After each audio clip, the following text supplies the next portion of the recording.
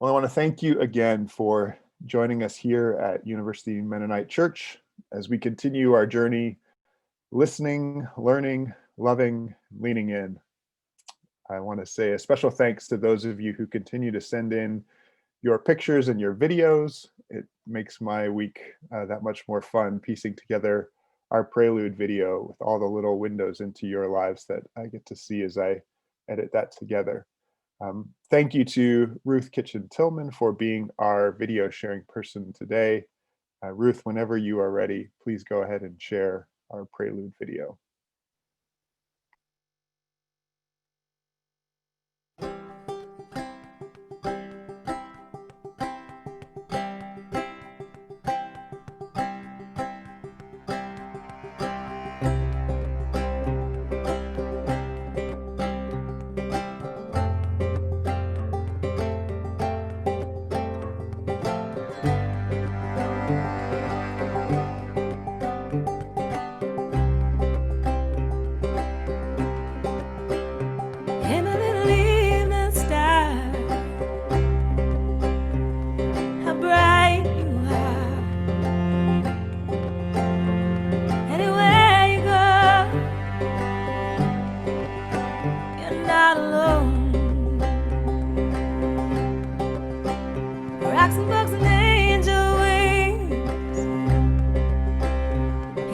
Shiny thing.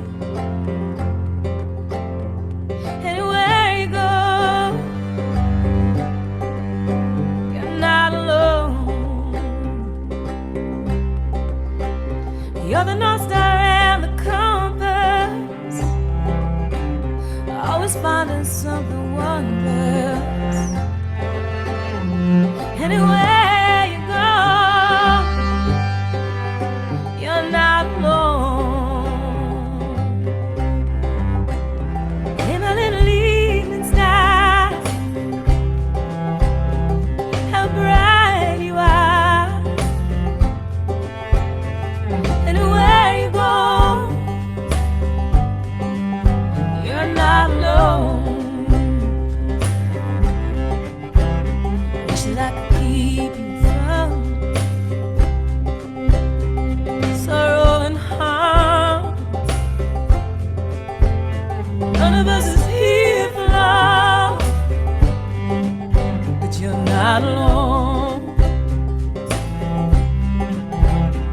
The cradle of the circle,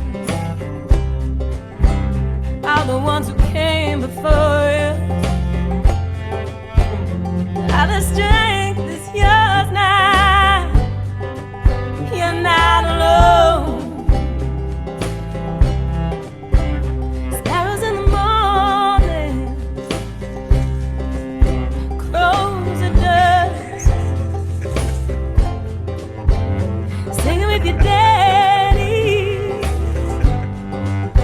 We have love.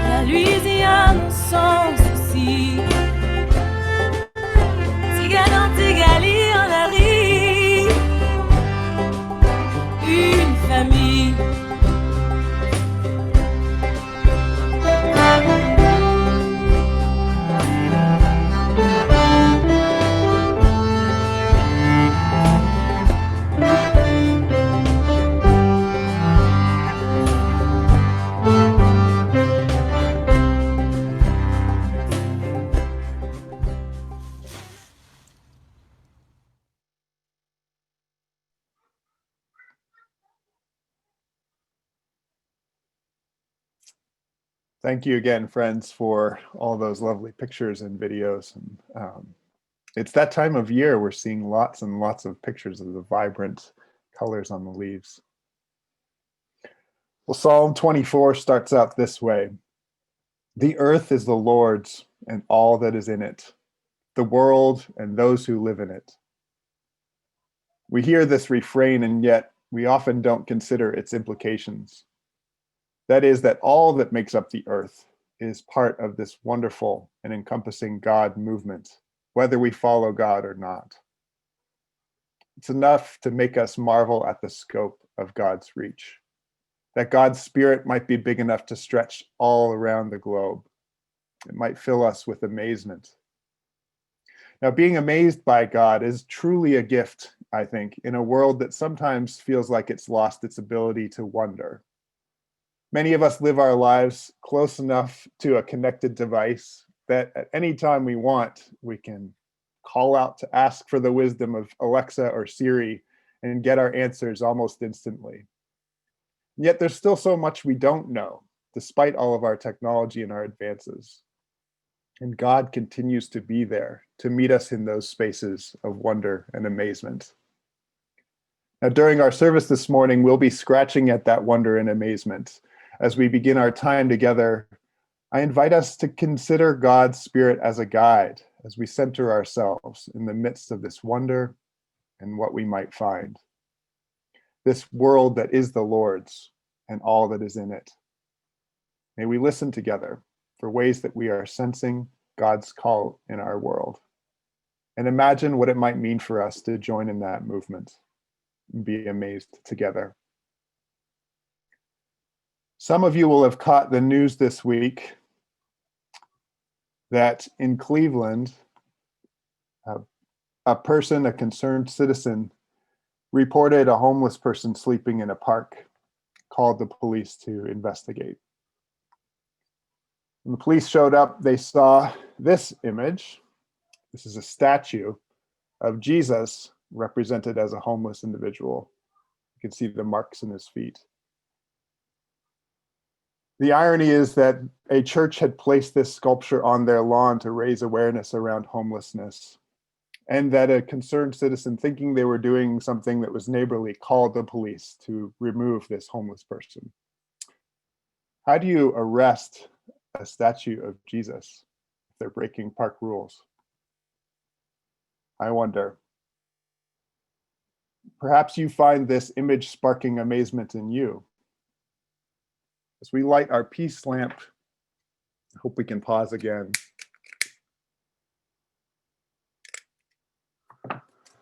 Pause again, acknowledging for what seems like millionth time that we live in a world that is just failing in so many different kinds of ways.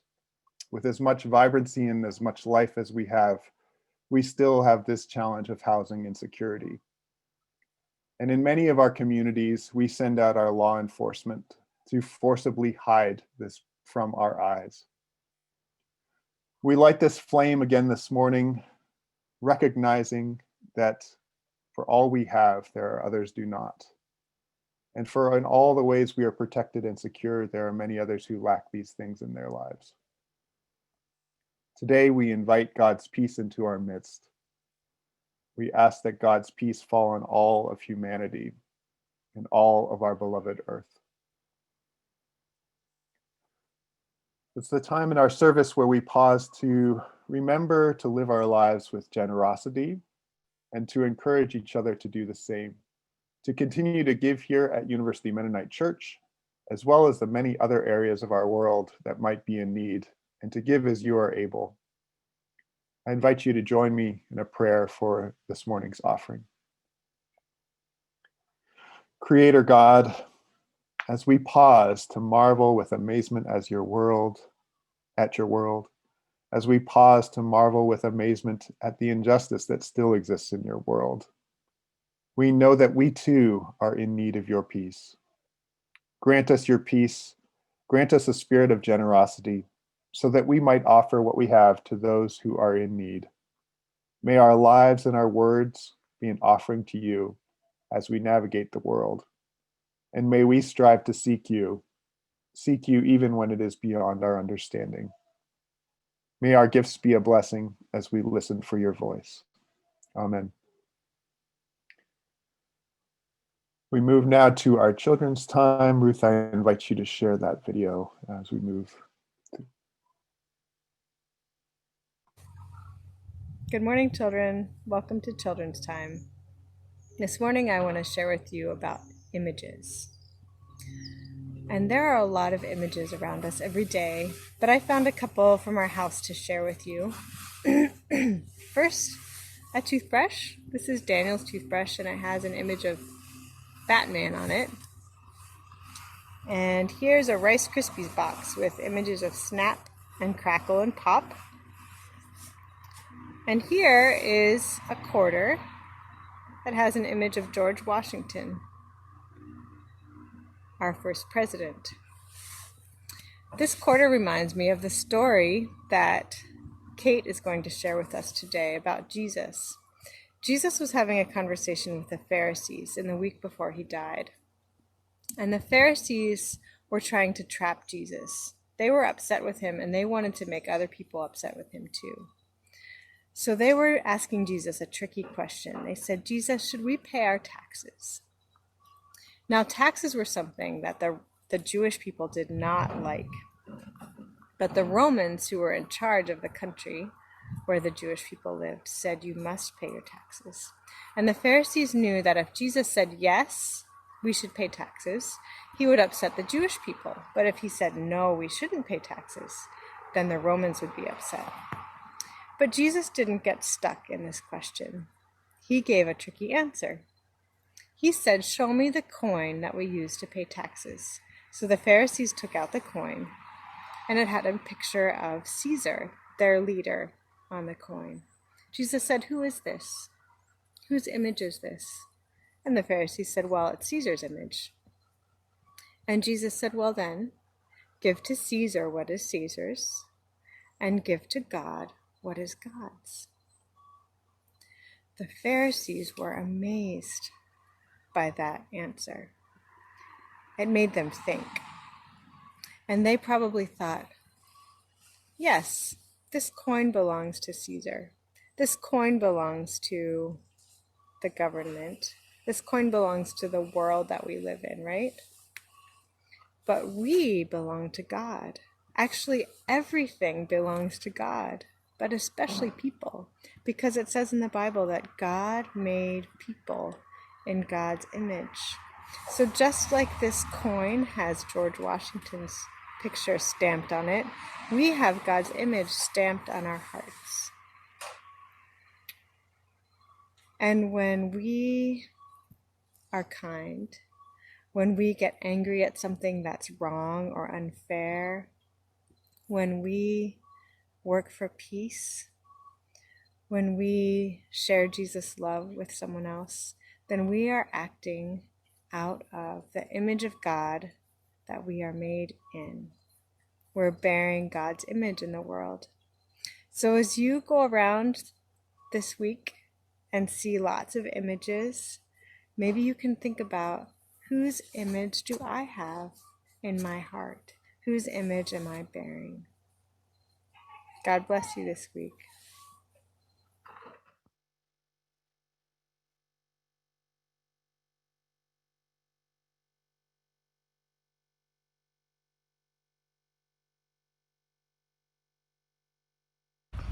I am amazed this fall at the gorgeous golden leaves and the azure blue sky. Something that amazed me happened just yesterday. Leland and I and a student were in the backyard and saw a hawk land in our neighbor's yard. It was the first time I had ever seen a hawk in the wild that close. Probably could have gotten even closer.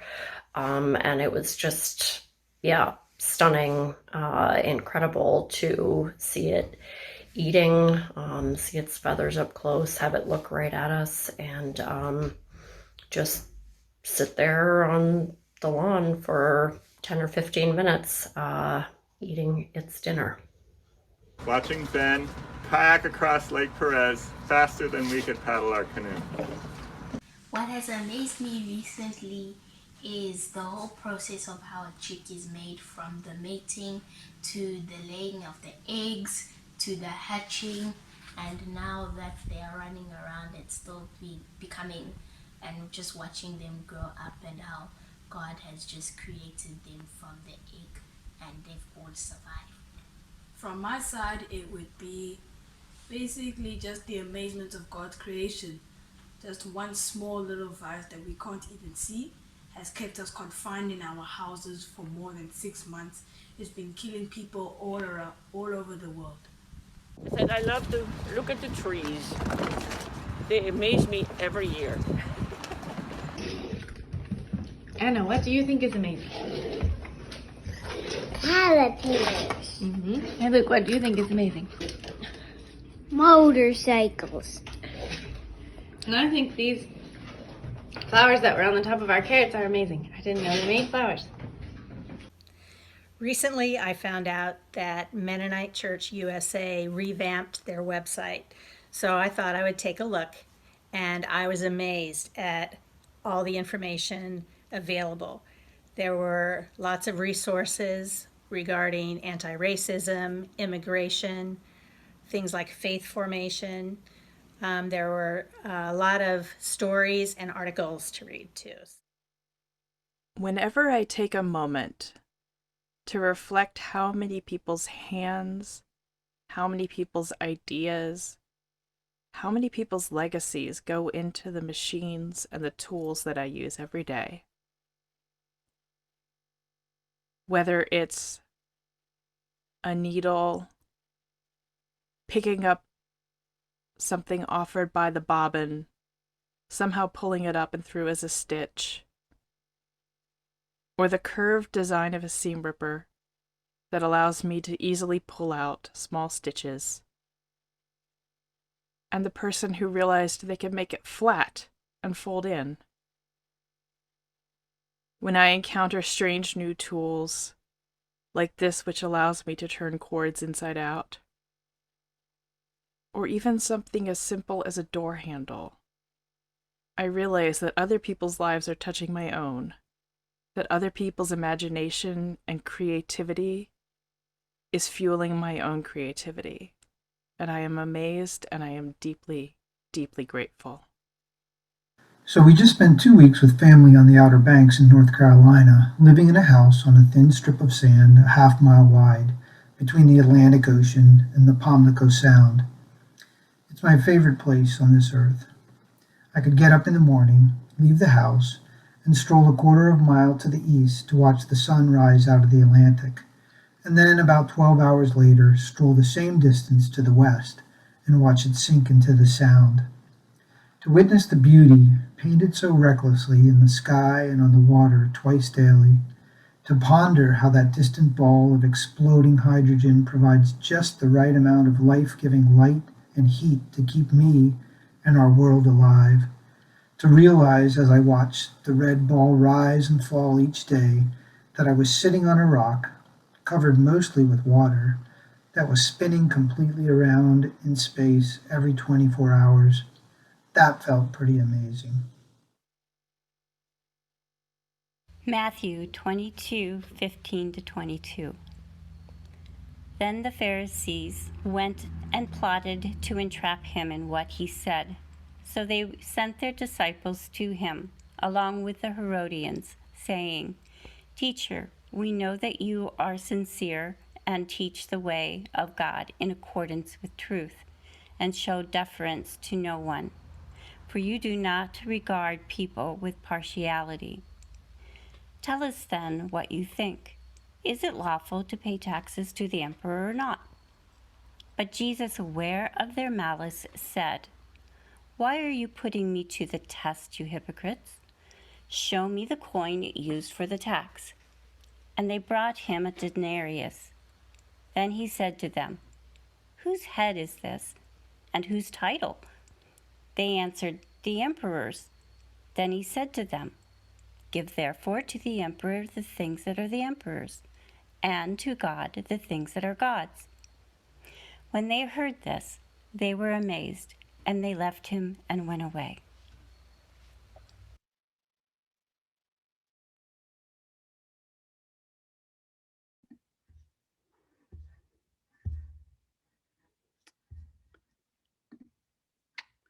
Wow. What a rich sermon we've heard, both from Bethany and in the voices of the congregation. I hope that what I have to say offers something to you all as well. But let's begin, as always, just taking a pause, taking a full breath, receiving the Spirit of Christ that is imprinted in us and through us. Pray with me. Lord, may the words of my mouth and the meditations of my heart be pleasing to you, O God, my rock and my redeemer. Amen. Well, as I meditated on this passage this week, I could really relate to the Pharisees because I feel like one a lot of the time. Just like the guys in our reading today, I can get so anxious that I look for ways to argue my point and trap others whose beliefs scare and threaten me. When I'm stressed, it's more challenging to be amazed, as we're told was the response of the religious leaders as they left this encounter with Jesus. To be amazed, it's to open ourselves, to be open-hearted, curious, willing to see in a new light. Well, those Pharisees in our story must have been feeling really anxious because you see, it was not just the Pharisees that were there. The Pharisees opposed the Roman Empire, but here in our story, we see them teaming up with their rivals, the Herodians, who actively worked with Rome. They teamed up to double down on Jesus, this person who was spouting revolutionary ideas about God's kingdom. The Pharisees and the Herodians, they were ideologically and politically opposed to each other, enemies really, who were joining forces against this man, Jesus. Well, we know that religious leaders in Matthew's gospel have a long history of testing Jesus in the hope of getting him to say something incriminating. And this time it's no different. Like Bethany said, we're here in the midst of Holy Week, the shadow of the cross growing. At this point in the story, the religious leaders weren't curious, coming with an open mind. No, they're fearful that Jesus' teachings will bring down their sacred traditions, will upend Jewish life as they know it. I don't know, there's something familiar here in our day and time. Jesus recognizes their closed attitude, their evil intent, and he chooses to stay engaged. When we feel threatened by opposing sides, do we do the same? Jesus doesn't walk away. No, he takes their questions seriously. And what an answer he gives. Tell us, the leaders say, is it lawful to pay taxes to the emperor or not? Well, like Bethany said, taxes back then were really oppressive. And I learned that really there is no comparison to taxes then and taxes today. No matter how you feel about taxes, there's at least some common good that comes from them for us, roads and schools and other things that benefit our communities. But taxes in gospel times were imposed by the Romans, and the Romans were a foreign occupying force in that land, whose taxes kept domination and oppression on the people. They were hated by all of the Jewish people. So yes, that question, it's a real setup. Agree to pay taxes, Jesus, and you alienate your people. Say no, and the leaders have what they want. So in response, Jesus asks for a coin. Whose image is on it? The emperor's. Well then, give therefore to the emperor the things that are the emperor's, and to God the things that are God's. Whose image is this? Give this to the Romans. Give to Rome what has Rome stamped on it. Pay your taxes. And give to God all things that have God's image on it. Who is stamped? What is stamped with the image of God?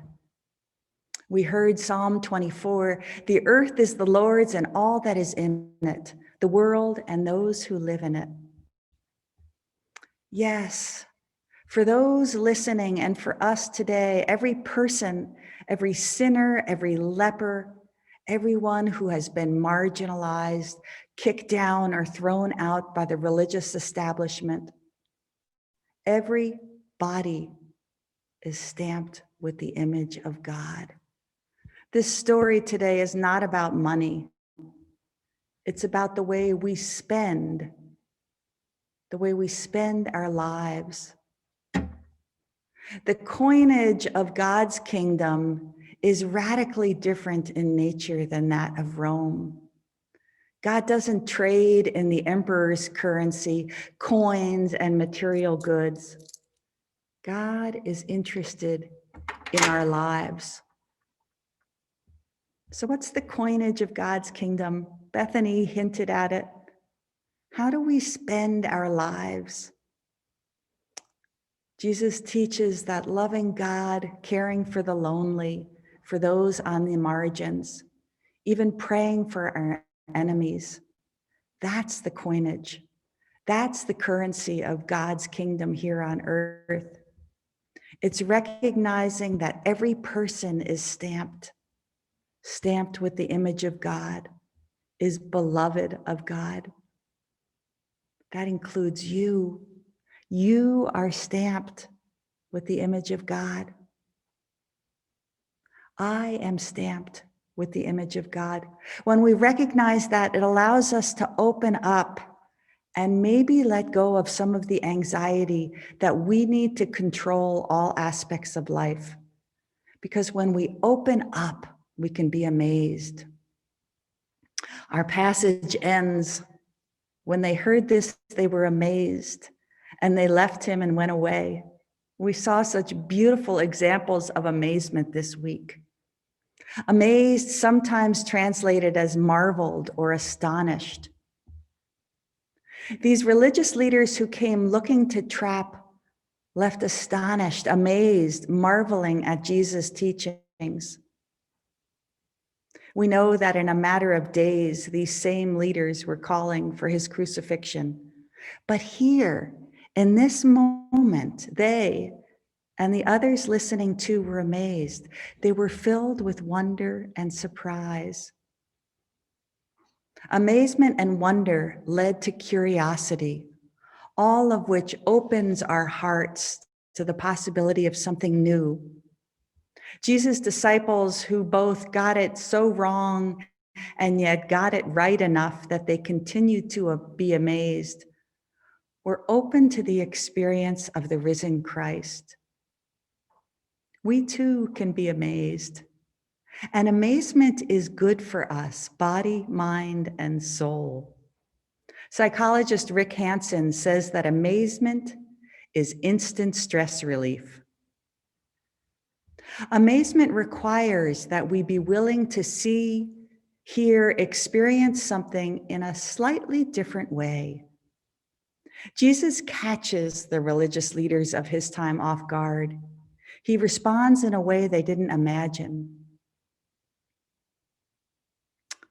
If everyone is stamped with God's image and everything belongs to God, election cycles, political appointments, acts of kindness, everything belongs to God.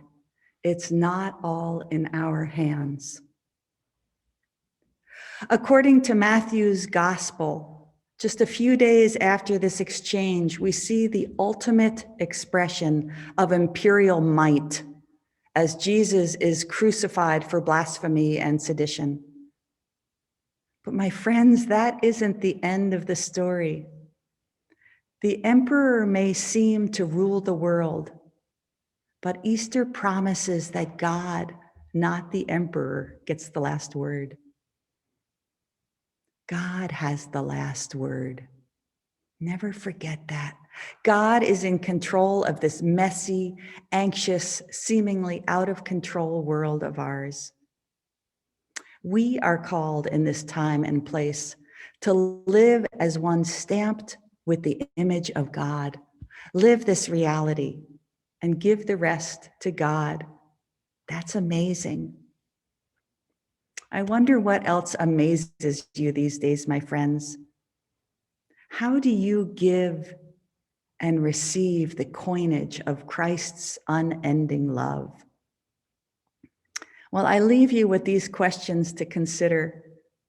And I want to share a part of a video that I watched this week with amazement, about amazement. It really struck me and it brought some joy in the way one person experienced the world with another. I invite you to just sit back for a minute and enjoy this wonder with me. And that will be followed by meditative music offered by Becky. I'd like to start by telling you about someone who I met in March of 2011. Maybe you knew her too. Her name was Athena. If she stood up, she would have been about 4 feet tall, but she only weighed about 40 pounds.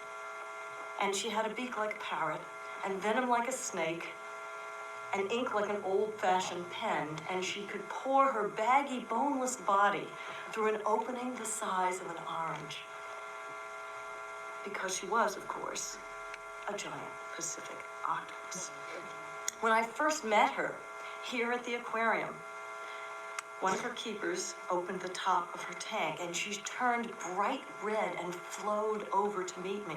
Her eyes swiveled in her socket and met mine. I plunged my arms into the 47-degree water, and her arms came boiling up to meet mine. She latched onto the skin of my arms with her creamy white suckers and began tasting me. And she could taste with all of her skin, including her eyelids.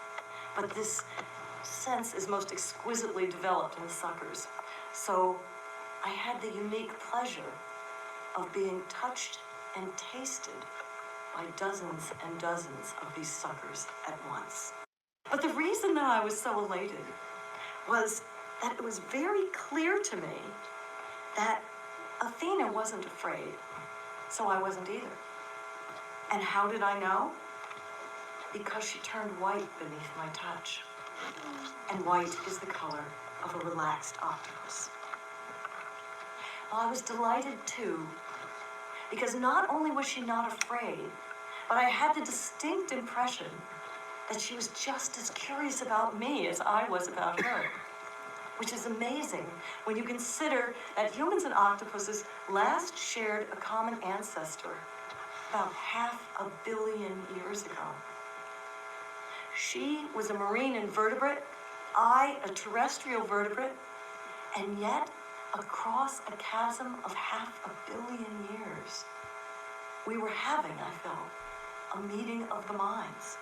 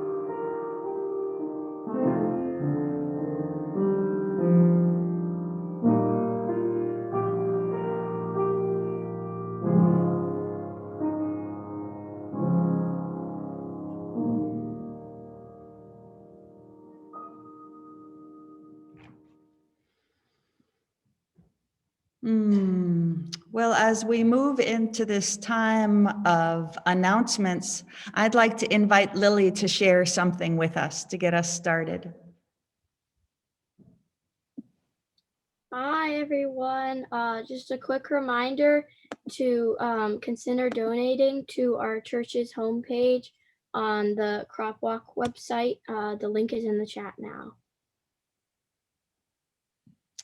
Thanks, Lily, for helping to spearhead that for our congregation this year.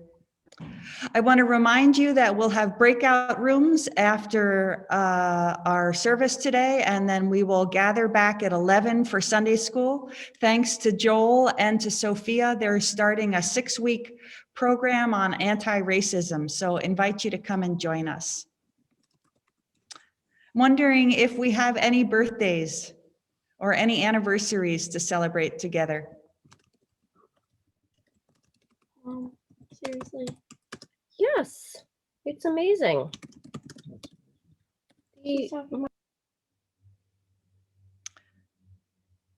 How about any visitors with us this morning? If you're visiting, we'd love to know who you are. If you're willing, please unmute and just tell us your name and where you're from.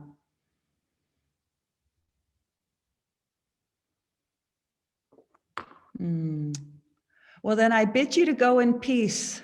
We are going to use the same benediction for the next couple weeks that I offered last week. So as you go forward into your day and your week, hear these words as a benediction.